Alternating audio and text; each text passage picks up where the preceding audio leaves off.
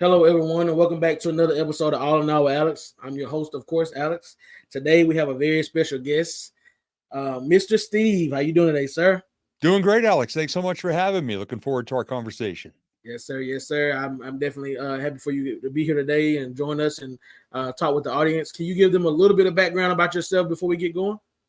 Yeah, I enjoy life as a keynote speaker, as a visualization coach. I've created a program called Vision Board Mastery, and it all started when I was 11 years old. I wanted to be a radio DJ, a stand-up comedian, an author of my own books, and a teacher of people, but not in a classroom because kids would drive me crazy.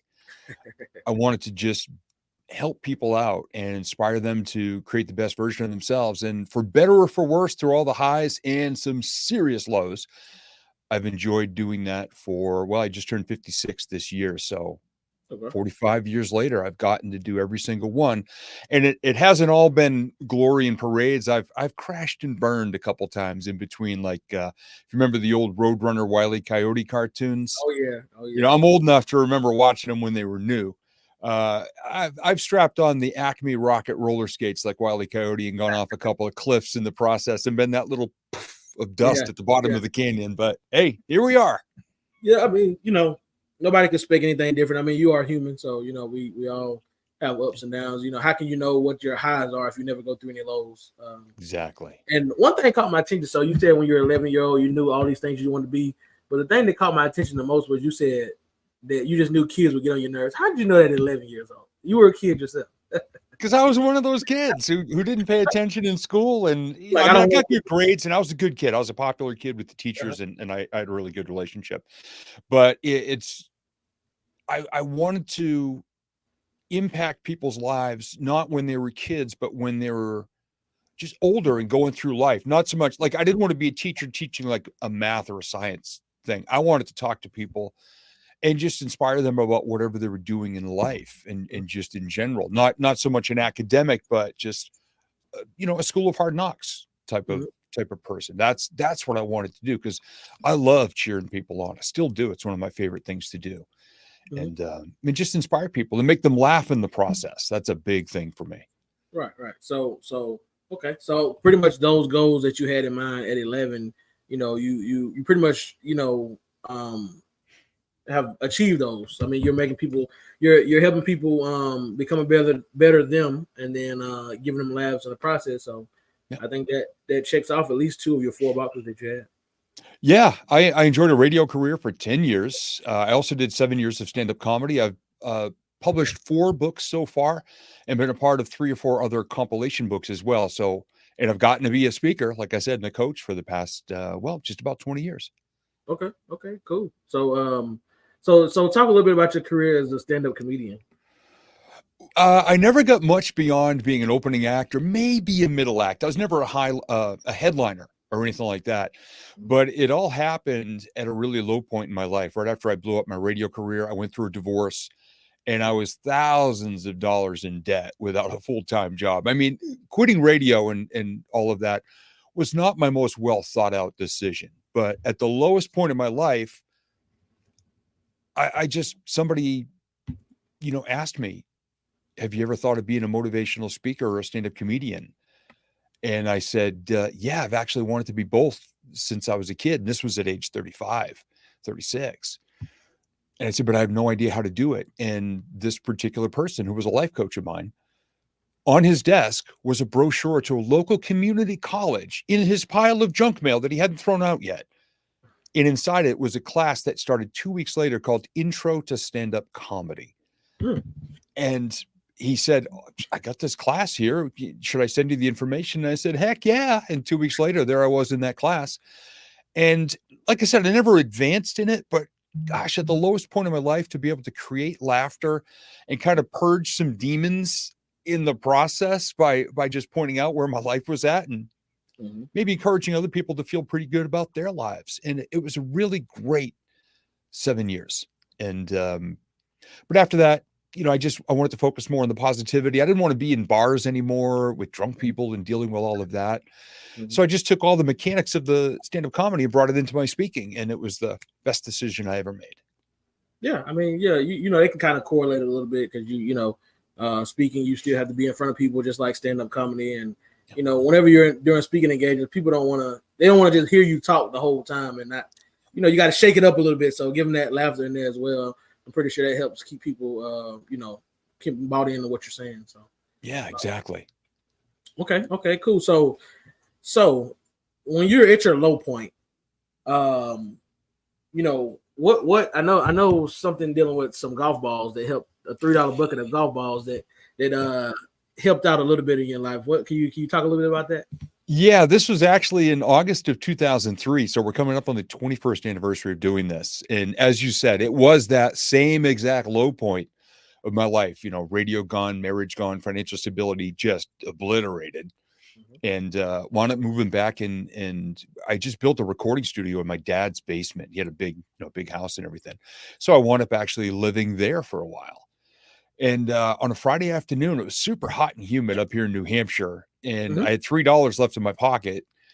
And I just decided to take all my frustrations on a bucket of golf balls at a local driving range. And I'm a horrible golfer. So I went to the farthest tee box on the property so I wouldn't dent any cars in the parking lot. Yeah.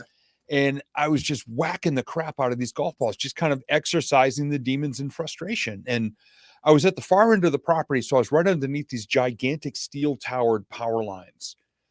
And it was hot and humid and a thunderstorm came ripping through. So here I am. Everybody else ran from the storm except for me. Here I am under power lines, barefoot in the wet grass, in a thunderstorm, pouring rain, big howling wind.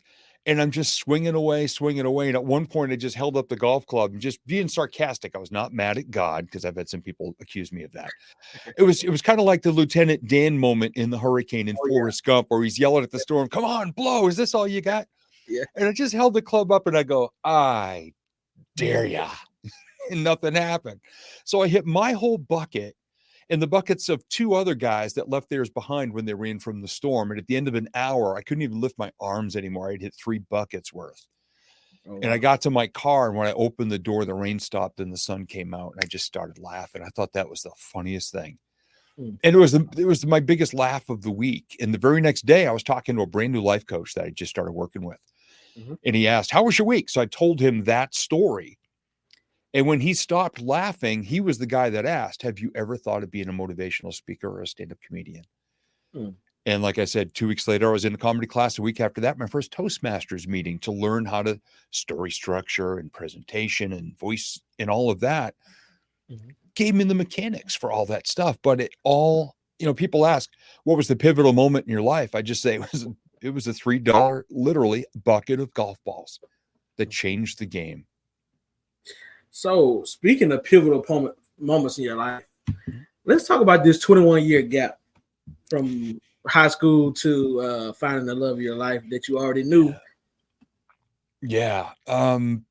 After I started speaking, I got into vision boards and visualization. I learned about it from a 3-minute little section of the DVD version of The Secret that came out in the early 2000s. So for a couple of years after my divorce, I really worked on myself, on being a better person, being a better communicator, being a better partner. And I started to actually build my dream relationship on my vision boards, as well as the other areas of my life. There's 8 areas of life that I work in. But for the relationship part, I started saying, this is the type of relationship I want to have, my dream relationship. This is who I feel I need to be. These are some of the things that I want to enjoy in my relationship. There were pictures of a man and a woman in the kitchen cooking dinner together, a guy piggybacking his lady through a brook so she doesn't get wet, and they're laughing, holding hands, walking on a beach, standing at the railing of a ship at sunset. Just all this romantic stuff, because I'm a hopeless, helpless romantic. And I said, this is the type of relationship I want to have. And in early June of 2007, I actually wrote in my journal, I am ready to fall in love. And about 10 days later, I got an email that I almost deleted. I thought it was spam, and I opened it up again later that day and realized it was from this girl named Tina I'd gone to high school with. I thought, oh my gosh, I haven't talked to her I haven't seen her in 21 years. And I started to think about her going, I really kind of liked her in high school. I had a crush on her, but never asked her out. And 21 years later, about 10 days after I write down I'm ready to fall in love, she sends me an email and she says, oh, I live in Florida now, which is 1,300 plus miles from New Hampshire. And she just said, I looked you up online. Hey, we should keep in touch. And I tried to look her up on social media. She had no footprint anywhere. There's not a single picture of her to be found, and she wouldn't send me one. So for 4 weeks, just texting and emails and phone calls, we just started talking, and I'm making her laugh, and she still had that same sarcastic sense of humor. And I just started having feelings for her again. And about a month after that first email, she sent me a text and said, can I tell you something if you promise not to freak out? And I texted back, sure. Here's how I really felt about you in high school. When I saw your name online, when I got your email back, when I heard your voice. I love you. This is sight unseen from over 1,300 miles apart. And I texted her back. I said, you know what? I love you too. So I got to fall in love with my eyes closed, my heart wide open, with somebody I had a crush on 21 years prior, when I would have not even been emotionally capable of handling a real relationship. And we've just celebrated our 17-year anniversary recently on a Mediterranean cruise over in Europe. And it's just the greatest achievement of my life. And I still joke with her all the time. I go, you know, babe, if you ever end our relationship, you're going to demolish my speaking career. And she just laughs and goes, I know. The greatest accomplishment, achievement, and gift of my entire life. And I'm so blessed that I get to share things like this with other people to help inspire them and educate them on how they can pursue it. Okay. Yeah. So I saw your shirt. Tell me about your shirt. Is that your part of your merchandise? Yeah, the Got Vision shirt. You know, I had a buddy of mine. His name is Brian K. Wright, and he's a podcast host, and he is the founder of a magazine. And we went to an event one time, and he was wearing a T-shirt that says "Write Your Book," and it got so much attention. And people were coming over and going, "What do you do? What do you do?" And he kept telling people, "I help people write their books." And I was there saying, you know, I do vision board work. And Brian said, he goes, Steve, you should get a shirt with something interesting on it that gets people to ask questions and want to learn more about you. So I just, going off of the old Gut Milk campaign, I just said, Got Vision. And the first question I ever got asked was, oh, are you an eye doctor or an optometrist? I go, no, I'm not the guy you want doing LASIK surgery on you. Sorry, no. And I just said, you know, I help people to create the vision for their lives of who they want to be and what they want to have and how they want their lives to go. And it's become a really big part of all the work I do. So I wear this on stage. I wear it on Zoom calls, virtual events, and all the podcasts that I'm on as well as a guest. So the Got Vision shirt goes with me everywhere. I think I have 7 of them now. Okay. I used to have one, and it got a little sweaty here in the studio after a while. So my wife would come down and she goes, I'm going to take that upstairs and wash it. So yeah. Now I have 7 of them. So there's always a clean one to have. Yeah, that's right. Okay. Yeah, I just noticed it. I mean, you know, anytime you have your brand, you know, you always want to have it, front and center as much as possible. Actually trying to figure out some ideas on some merchandise for my podcast. So nice. I'll eventually get there. But yeah.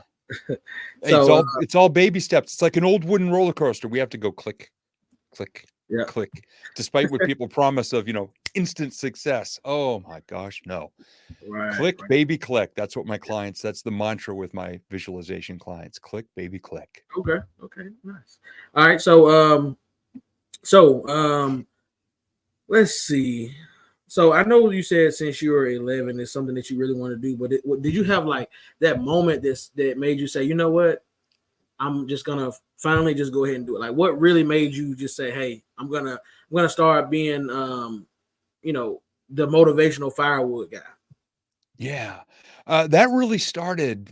The Motivational Firewood name and the brand actually happened when I attended my very first National Speakers Association of New England meeting. I went as a guest. Somebody just said, Steve, have you ever heard of NSA? I said, no.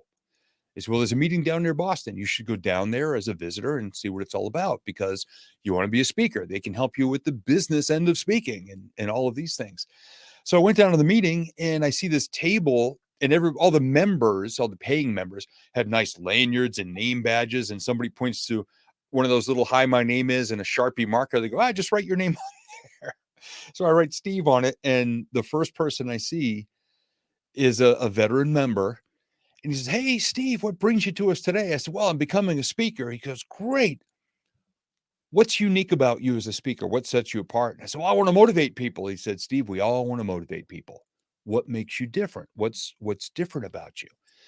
And God love him. His name was Don. He had so much patience with me. And we must have talked for 3 to 5 minutes. And finally, after giving these weak answers that he kept saying, "Okay, that's not really unique," I finally said, "Don, look, if people are paying to hear me speak or coming to hear me speak," I said, "they got a spark of something in their lives they want to create, but they don't quite know how to bring it to light."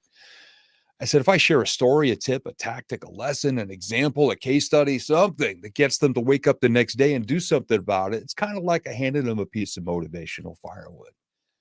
And he snapped his fingers. He said, "That's it right there."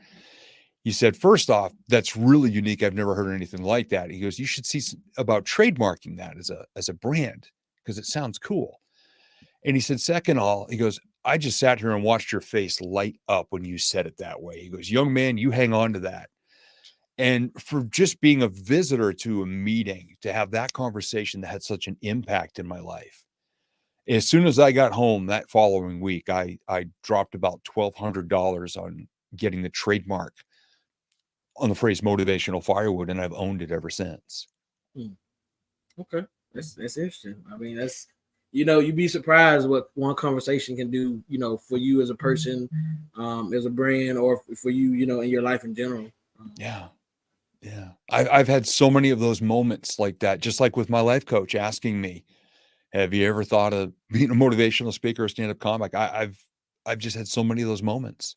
Mhm. And I'm always taking notes and always remembering the cool, unique things. And that's been, I got to say, these are the greatest life-changing moments that I've had looking back because I write everything down. Yeah, I mean that definitely helps. I mean, a lot of times you'd be surprised with what you missed because you didn't write something down, or what you forgot because you didn't write it down. Yeah. So what are the 8 major areas of life that you focus on, and why are they important? Yeah. So many people talk about, "Oh, I just want to have work-life balance." Like those are the only 2 things. Like you got work and then you got everything else. And it can be really hard to keep track. So I use a tool. It's a pretty common tool in the personal development world. I've tweaked it to the way that I teach things. It's called the life wheel, and it has 8 spokes on it. And basically your life is made up of your physical health, your emotional well-being. Imagine that, setting goals for the emotions you want to have, which is important. Your closest relationships, your core values, like your integrity, Mhm. that guide all of your thoughts, your words, and your actions. It's kind of like your core set of rules that you operate by. Mhm. Your faith and spirituality, if that's an important part of your life, which is kind of the same as the core values, but the authority comes from a higher power, whatever you choose to believe in. Right. Your connection to the world in a real way, which took a beating during the pandemic for a lot of people. And then your career and your money. And usually when I say all those 8 things, people go, "Oh, I don't know. That seems like a lot to keep track of. I'm just going to focus on one at a time." That's when I laugh and say, "Hey, look, all 8 of these things are working together 24/7. They build each other, support each other. They're so tied and wired together that if you just even select one, it can impact all of the others." So Yep. that's why I encourage people to be thinking of all these areas at the same time. Like just say, for example, you get some better sleep at night, you eat better, you exercise a little bit, you take care of your physical health. Great. You'll sleep better. When you sleep better, you wake up more focused and more confident. And so you can work more efficiently. When you work more efficiently, you make more money. When you can make more money, you can buy back some time and freedom and spend time in your closest relationships, quality time with people. Yep. If you do it all in accordance with good core values, so you're never looking over your shoulder, your emotions are better and you're having better interactions and connections with people. And operating by whatever faith you choose to believe in, that's a big part of it as well. Because again, you don't have that crossed wiring in your behavior and your thoughts. That's all 8 areas right there because you chose to take better care of your physical health and it made you better for all of those other things. And usually when I explain it that way, people go, "Oh, got it." Yeah. Yeah, and is I guess it's not as simple as they thought it would have been. So they like, they Yeah. try to shortcut stuff. Yep. Well, there's way too many shortcuts and instant fixes out there. And oh my gosh, I shake my head and I just laugh when I see people saying, you can lose weight without exercising or changing your diet. And I'm like, yeah. And for most of them, one of my health coaches says, he goes, oh yeah, those things are fine. You might want to find a really good deal on a lot of toilet paper real fast. And I'm like, yeah, that's what I hear about some of the side effects of these things. He goes, yep, there goes your weight right there. Yeah, that's right. So that's why I choose to do it right. And I work out at least 5 days a week and eat better food, stop drinking alcohol just over 38 months ago, because it was a lazy habit that was starting to impact my life and my health. So walked away from that, quit a 16-year 5-hour energy habit in late November of last year. And that has unclogged a lot of the, the high, the low, the fast, the slow, my heart and everything like that. I mean, there's enough vitamin B in there to make a dead rhino tap dance. And it was having an adverse effect on me by the end. It was like my blood system was pumping sludge. So all of these little decisions are trickling into greater impact on all the other parts of my life. Okay. So, what's, without giving away too much, sure.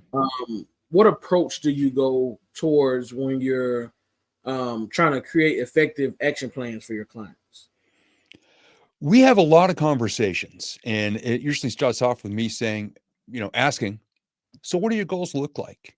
And a lot of times, of course, if people are coming to me for the first time, they've listened to all these other gurus and they go, oh, I made a vision board. It's got a Lamborghini, a yacht, a mansion, a private jet, big honking gold watch, and a bank vault full of gold bars and piles of cash. And I just go, okay, that's a letter to Santa Claus, but there's nothing wrong with any of that. So I go, okay, that's what your goals look like. And that's fine. What do your goals feel like? What do they sound like? What do they taste like? What do they smell like? And usually when I get to taste and smell, they start laughing. They go, what do you mean? What do my goals smell like? And what I start to do is ask them more about their goals. And we actually create a story and an emotional connection between them and their goals. So it's not just this wish list of things they've slapped on. I'm like, okay. And we start talking about the importance of all of their senses to create this experiential component to their vision. So it's not just what they're looking at, putting on the wall and hoping for the best. It's actually immersing them in having it or achieving it and the person they'll need to become to achieve it. Some people in the DVD version of The Secret, they had a genie and a magic lamp, which for me, that was the part of The Secret I really didn't care for, because it made it seem like you could just wish for something and you'd get it. Now, if you wish for it and you're in tune with it, it increases the odds that you may be aware of the opportunity to get closer to it. But it doesn't necessarily mean you're going to be the right person, the right version of yourself to achieve it. So we go deep into all of these things. And I had a woman at a speaking event, this is about 12 years ago, and they wanted me to talk about visualization and law of attraction. So I said, okay, does anybody here have a car they would love to drive, a dream car? And this little lady, at that point in her early 60s, raised her hand. And she says, I want to drive a Corvette. I'm retiring next year, and I want to drive to the beach at least 3 days a week. I said, all right, here we go. What color? She said, bright orange. I said, hardtop or convertible? She goes, oh, convertible. I'm going to the beach. Interior, cloth or leather? She goes, oh, honey, black leather. I thought, okay. Who's going to be on the radio or in the speakers in the sound system? She goes, Elvis Presley. She was a huge Elvis fan. I said, all right, what's your favorite place to eat at the beach? And she goes, oh, that fried dough place. Now here in New Hampshire at Hampton Beach, we've got a famous place called Blink's Fried Dough. And everybody here, whenever they hear Blink's Fried Dough, they go, So I said, okay, you want a bright orange 74 Corvette, convertible, black leather interior, cranking Elvis Presley, going to the beach to eat your favorite fried dough. She goes, yep. And I said, all right, how many people can actually feel everything she just said? Feel the interior, smell the leather interior, smell the fried dough, hear Elvis, see a bright orange Corvette convertible. And a whole bunch of hands went up. I said, that's visualization right there. And I said, is there a dealership around here who has that car that you want? She goes, there's one I've had my eye on. I said, good. Tomorrow morning, my recommendation, take somebody from the office to lunch and have them take your picture sitting in that car with your favorite sunglasses and a smile a mile wide, sitting in that car. Put it on your desk until the day you retire, and then put it on your fridge. until you get that car. So we create a full-on experience. It's not just slapping it on a board and hoping for the best. Okay. I like that. I like that a lot. It like visualization. When you're being so specific, then it's easier to see. Because if you just said, "Oh, I want to have a Corvette and drive it," but when you go into the details of the color and the leather seats and what's on the radio and what you're gonna eat, things like that, it like you said, it helps bring better visualization to it. So. Yeah. And some of the stories I hear from people, the clients I've worked with, even people I just had a simple conversation with, just a quick coaching call. I'm not even trying to sell them anything. They just say, Steve, I'm struggling with this. And I'll go, all right, let's get on a call. And we kick around a story like that. And all of a sudden I get these emails or DMs on social media from them going, oh my God, you're not going to believe this. I saw it this week. The thing I was looking for that I've never seen before. And I said, how did it make you feel? They're like, I got to call Steve. I got to tell him, because they're just plugged in at such a higher level. And it's just something that's missing out there with all these quick fix gurus. It's one thing that frustrates me about my own industry. It's just how much slick, super secret formula stuff is out there. And I'm over here just saying, do the work. Have the vision, make the plan, have an emotionally connected why you want something, so that a little pebble won't become a Jersey barrier and stop you, from going.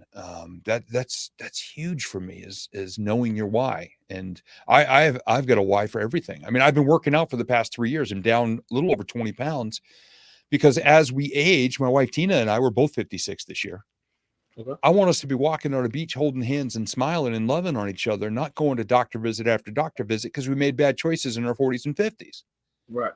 So I'm up at 5 o'clock every morning, Monday through Friday, at least, and bonus workouts on the weekends, taking care of myself and being more flexible and stretching and building muscle and building up my immune system and taking care of my brain. And because that's my why, is I want us to grow old, holding hands, just still head over heels in love. And that's why I get up early every morning, do that workout. Okay. That's a good why. I mean, you don't get much better than that. Yeah, trust me. I'd love to hit snooze in the morning, but when I started working out, Tina bought me a new clock, doesn't even have a snooze button. Oh wow. Yeah. She goes, I'm helping you. I'm like, okay. You gotta unplug it from the wall. I just gotta reach over and grab the plug, unplug from the wall. It's got a battery backup. Oh, I tried that once. You got to throw it against the wall and break it. Oh, she'd kill me if I did that. Yeah, probably so.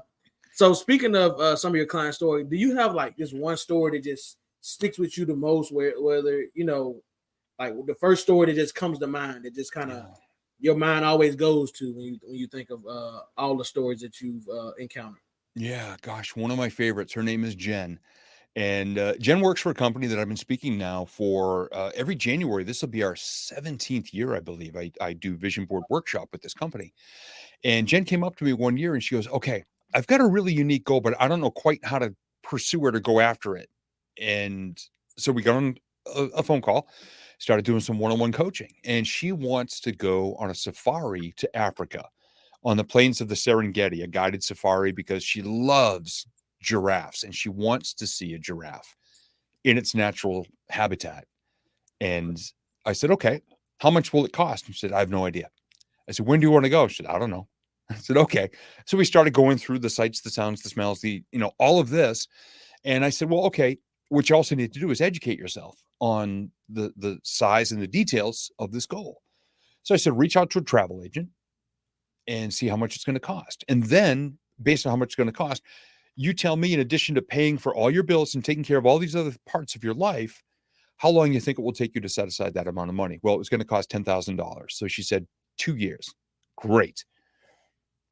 And I started to think, I went, giraffe, Africa. And I'm big on hashtags and mantras. So I put them together. She became known as Giraffrica Jen for more than 5 years total now. And so I went on Amazon during one of our calls and I sent her the link. I found these little decals, like shower decals of a mama and a baby giraffe just standing there, little silhouettes. So I said, here's the link for these. She put them in her shower So every day when she was getting ready for her work and taking her shower, she would put her hand on the giraffes and say, I'm coming to see you. She started to share it on social media. She did a weekly Facebook Live call every Friday with her customers, her clients, and her team members. And she would, hey, it's Giraffica Jen. And she started talking about the reason why she was building her business up. People started to send her giraffe jewelry, giraffe stickers, giraffe pen sets with all these jungle animals. Anytime anybody saw anything about a giraffe online, they would tag her name in it. And all of a sudden, everyone started to know her as Giraffica Jen, and she was getting all this love and all this energy. And I said, now you got to figure out a way to track your results along the way. Click, baby, click. He said, well, I don't know how to do it. Like, they have those thermometers you see for fundraisers and they color in the lines. She goes, I want something really cool and unique. So I found this coloring book, a kid's coloring book. Mm-hmm. And I found a page with a giraffe and it had 12 spots on it. So I put her name and her then fiance's name. They're now married. And I put 500, 500, 500, 500, 500. Each one represented a total of $5,000. Every time she banked $500 for her trip, she'd color in one of the spots on a Facebook Live to all of her downline and her client base. And she celebrated it every time she reached that milestone. And she was in tears when she hit it, just a hair over the 2-year mark. Oh, wow. When she reached her goal, and just in tears, coloring in that final spot with all her people on a Facebook Live. There's a radio station up here in New England that I actually used to work for, that every Friday they played the song Africa by Toto after they played this certain game at about 6:35 a.m.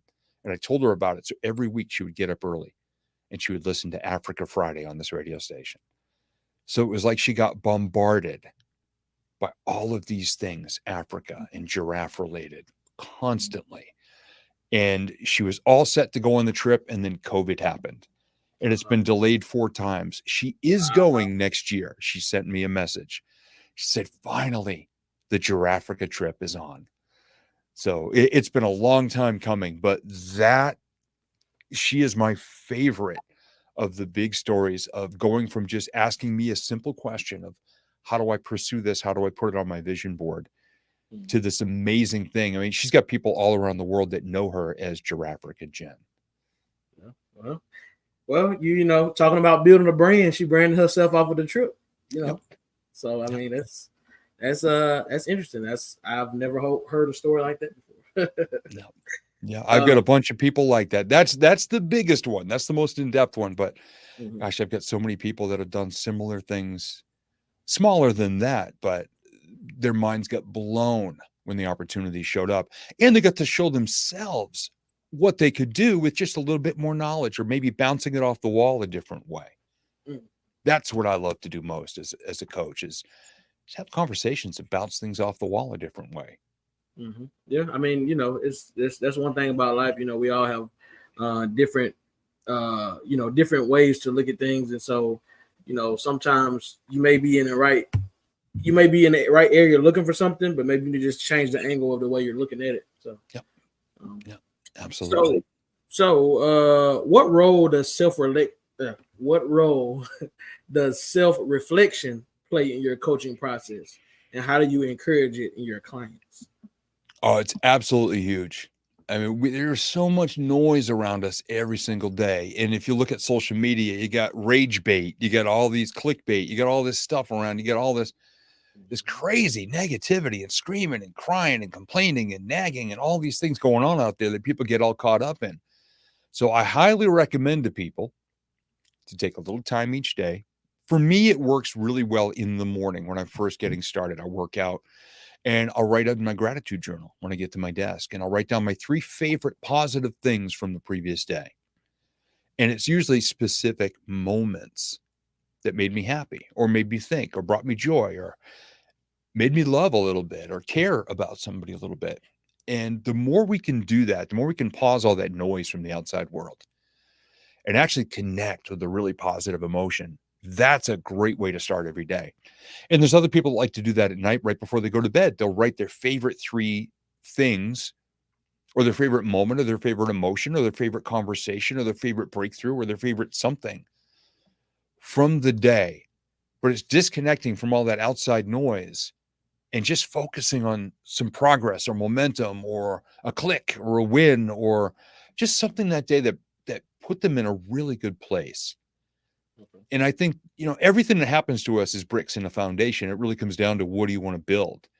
So I choose to put as many positive bricks in my foundation every day. Commit acts of kindness as often as possible. Cheer people on. Focus on the positive, not the negative, because it's so easy to get caught up in the drama and the negative stuff out there.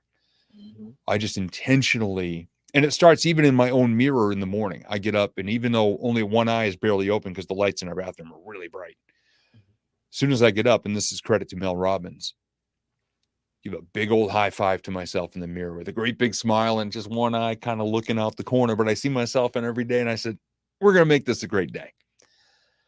And by 5:05 a.m. every day, I am more awake, alert, and positive than a lot of people are by their second cup of coffee, because I'm focusing on the good. I'm already thinking of what I'm grateful for. I'm thinking about the good stuff I'm going to get to do today, the people I'm going to have conversations with.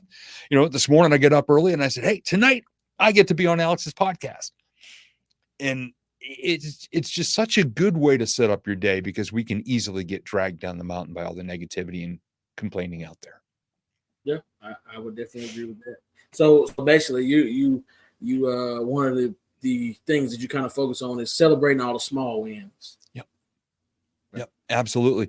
So many people out there, you say, hey, what are you grateful for? What's good in your life? They go, oh, I'm thankful for my home, my partner, and my job.